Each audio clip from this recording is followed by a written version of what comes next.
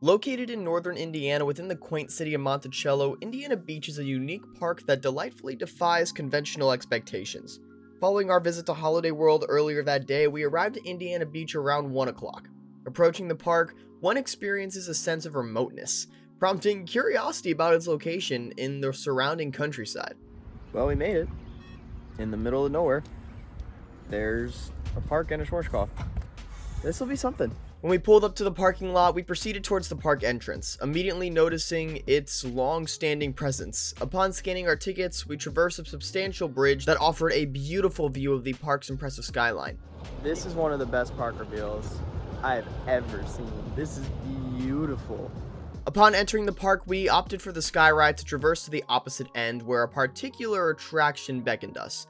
The sky ride offered an enjoyable experience, providing stunning views of the park and closer views of the various attractions. Upon disembarking, we promptly made our way to the park's newest addition, the All-American Triple Loop, a giant Schwarzkopf looping coaster.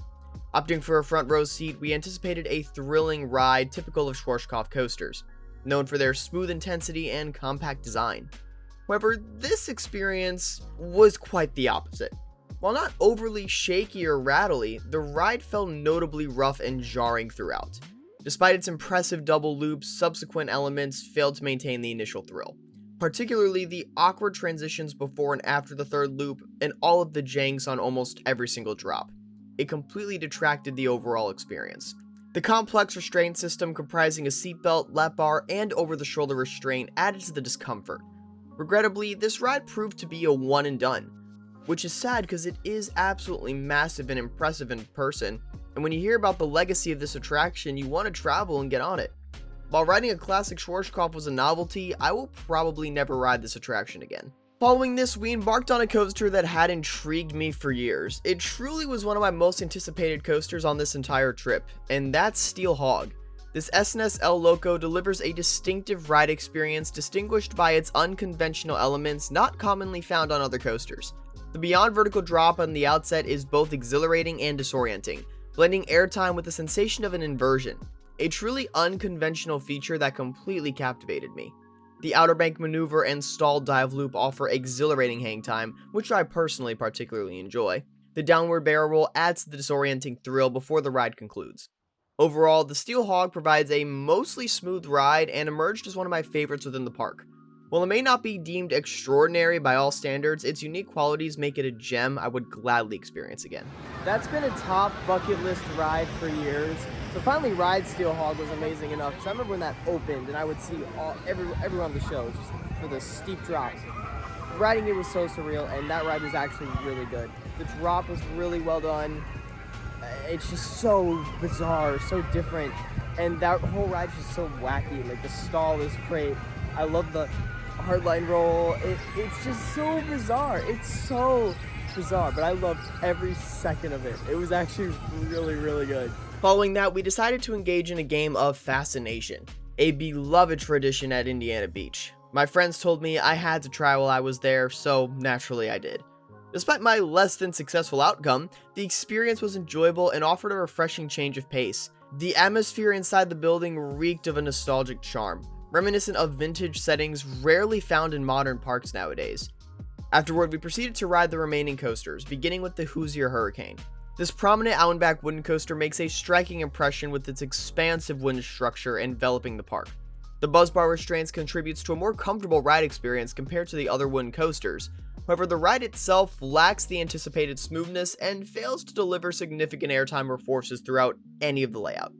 While the Hoosier Hurricane is a commendable wooden coaster, it lacks distinctive elements that would make it truly memorable. Hoosier Hurricane is just probably the definition of just the standard wooden coaster. It literally does nothing, and it's kind of funny how it's just the definition of a standard woody.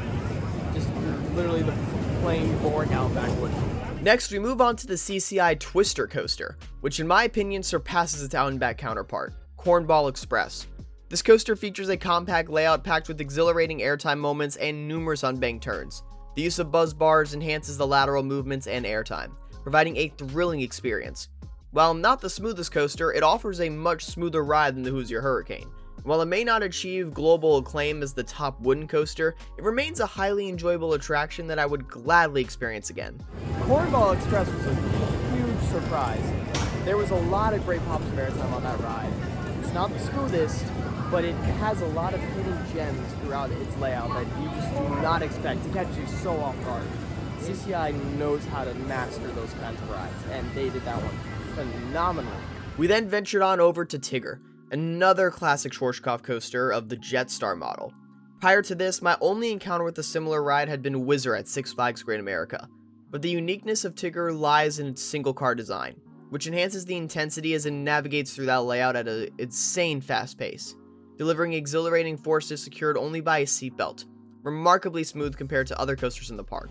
Tigger was great. I've never done a ride like that, and that was super fun, really intense, really smooth. Schwarzkopf knows how to master those kinds of rides. Right. That's probably the most enjoyable ride here. We proceeded to the opposite side of the park to experience the Cyclone, a classic Pinfari Cyclone coaster. While this ride shares similarities with countless others worldwide, it remains a solid attraction. Its compact out and back layout features a series of consecutive small drops and helixes, offering a shockingly smooth and enjoyable ride experience. Despite its simplicity, the Cyclone stands as a testament to straightforward, yet satisfying coaster design. I've done Cyclone in a decade. I was a little kid when I last rode one of those, and that was really smooth, pretty enjoyable, and it was nowhere near as bad as I remember. They're just cute little compact rides. I see why parks like this, they're perfect additions for. Following that, we participated in the upcharge attraction known as Frankens Castle, a captivating walkthrough combining elements of a funhouse and haunted house. This extensive experience is filled with intriguing sections, notably one where participants must locate the correct door in a maze of options. The attraction's length surpasses initial expectations, creating an immersive journey that seems endless at times. Frankens Castle is an impressive and highly recommended addition to the park, well worth the additional fee for those seeking an engaging and exciting experience. Next, we visited the Den of Lost Thieves. Drawn by my infinity for dark rides. Despite its age and signs of wear, the classic multi-level shooting dark ride operates on an electric rail system. While some effects functions intermittently, the overall theming remained commendable. The eerie atmosphere and ambience of the ride enhanced the experience, capturing my fascination throughout. Next, there was another highly recommended ride at Indiana Beach that I had to try, mainly because everyone said I couldn't leave the park until I did it, and this is the Yoyo. I can confidently say that I have never been more terrified on a ride in my life. The Yoyo is a straightforward chair swing. However, while waiting, the chairs gradually lowered from a foot off the ground to just over an inch and a half. Once the ride commenced and the swinging motion began, the suites would swing back and forth, with nothing but a little lap bar that you can personally raise up and down. This terrified me. The attraction setting over the water adds to its allure, yet due to my own nerves, this is one of the only rides I would confidently say I will never ride again. Those water swings are the scariest ride I've ever done. Not because the ride itself, it's just the seats were naturally getting closer to the ground while we're just sitting there, and from like a good foot to a good inch off the ground. And then while the ride's going, the seats tilt. I don't know what causes it, but they tilt and swing back and forth where you're going like 40 degrees either way. That was genuinely terrifying. I will vow not to do that again because of how scary I was. Finally, we sampled the renowned Indiana Beach tacos, which, while enjoyable, did not quite live up to the exceptional praise they received. They were certainly decent though, not exceptional. Following this, we embarked on a ride aboard the Lost Coaster of Superstition Mountain, a distinctive CCI wooden coaster built within a former dark ride structure. This attraction is truly unique in its design. Riders are enclosed in large cages with only a seatbelt for a restraint. Depending on where you sit, you may experience the ride either forwards or backwards. We opted for the back car, which travels in reverse.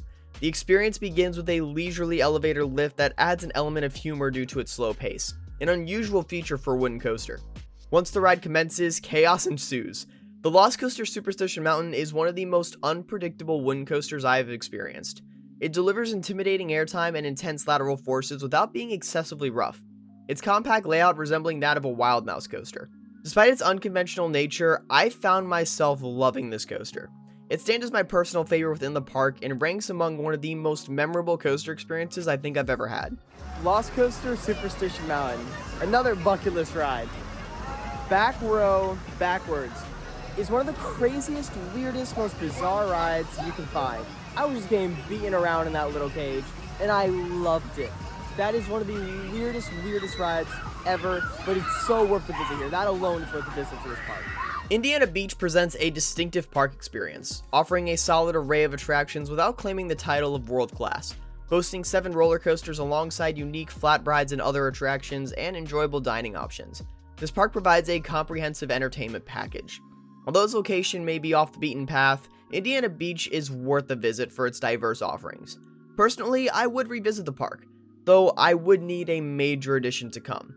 Indiana Beach is probably one of the weirdest parks I've been to, just solely because it feels like it gives the vibes of a fun spot park, but on the boardwalk. The park itself is really cool. How they pack everything in such a small space is so odd, and all the rides are actually either really good or really bad. It's really one or the other. Very interesting park. For the latest updates for all of our content here at Theme Park Hunting, though, please be sure to subscribe and enable those notifications to stay informed. And visit our second channel, TPH Productions, for high quality POVs and off-rides, and to explore upcoming projects. As always, this is Hunter from Theme Park Hunting, and I will see you all later.